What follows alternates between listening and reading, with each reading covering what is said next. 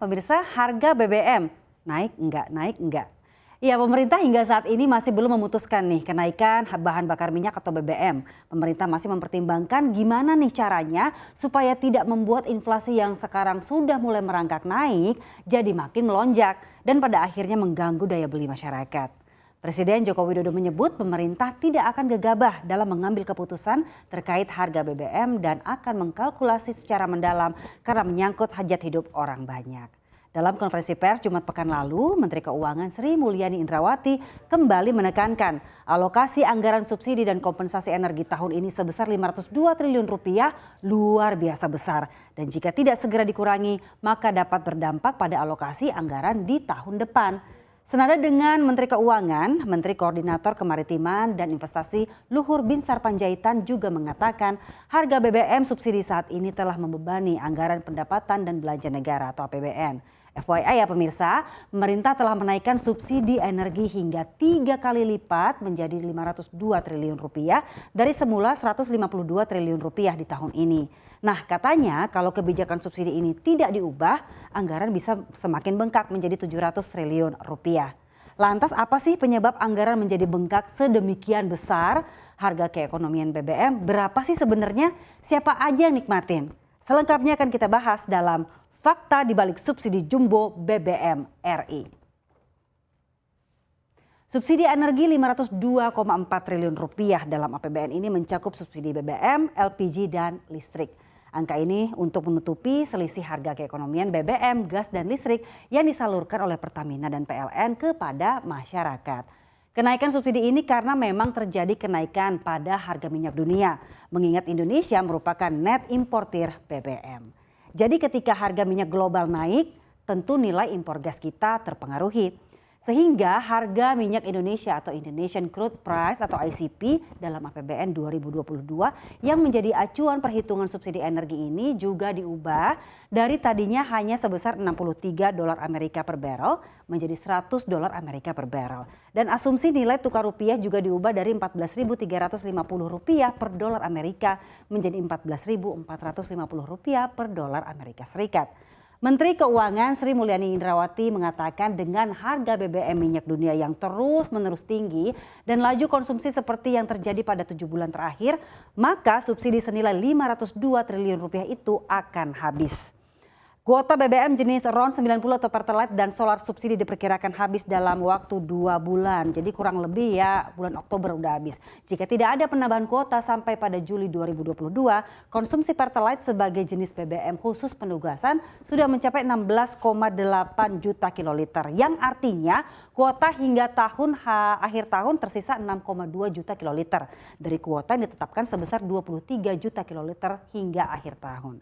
Sementara untuk konsumsi solar, subsidi sebagai jenis BBM tertentu sudah mencapai 9,9 juta kiloliter dari kuota 14,91 juta di tahun 2020 ini atau tersisa 5,01 juta kiloliter. Dari sekaratnya kuota kedua jenis BBM yang dipakai sejuta umat masyarakat Indonesia ini akhirnya membuat dilema pemerintah.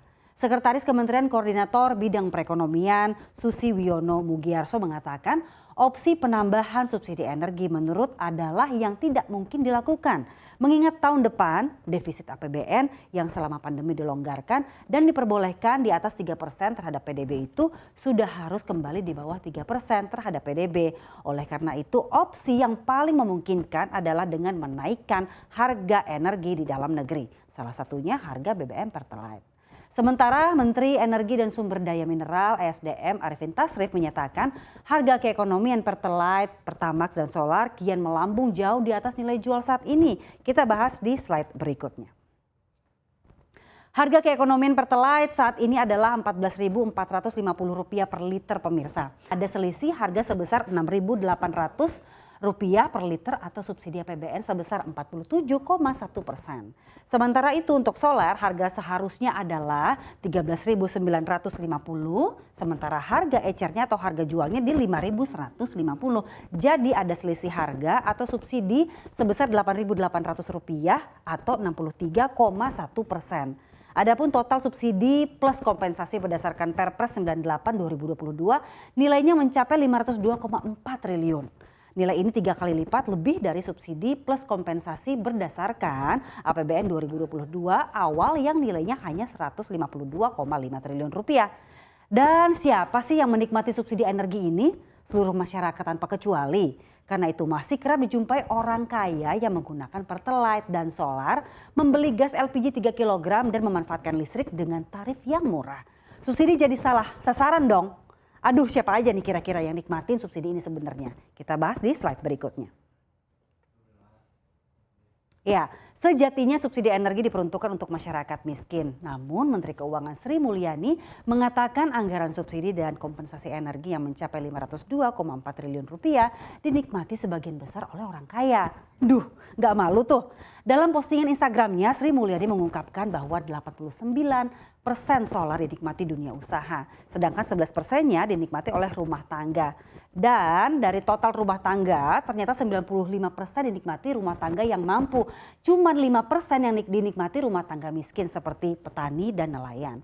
Sementara untuk pertalite ini sebaliknya nih pemirsa, 14% dinikmati dunia usaha, sedangkan sebagian besar dinikmati oleh rumah tangga yakni 86%.